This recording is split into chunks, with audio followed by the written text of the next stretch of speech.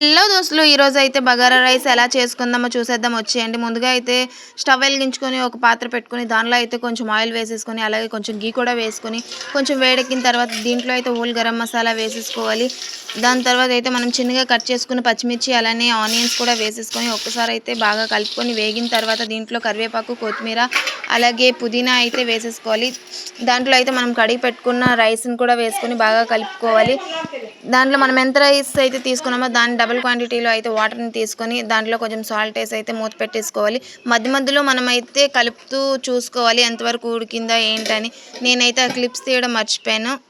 దాని తర్వాత అయితే లాస్ట్లో తీసి మనం 90% ఉడికిన తర్వాత కొంచెం వాటర్ అయితే ఉంటుంది. 90% ఉడికింది అంటే దాన్ని ఒకసారి కలిపేసుకొని స్టవ్ ఆపేసి మూత పెట్టి దాని మీద అయితే బరువుది ఏదైనా పెట్టుకొని కాసేపు అయితే వదిలేవాలి. దాని తర్వాత తీసి చూస్తే పర్ఫెక్ట్గా ఉడికింది గైస్.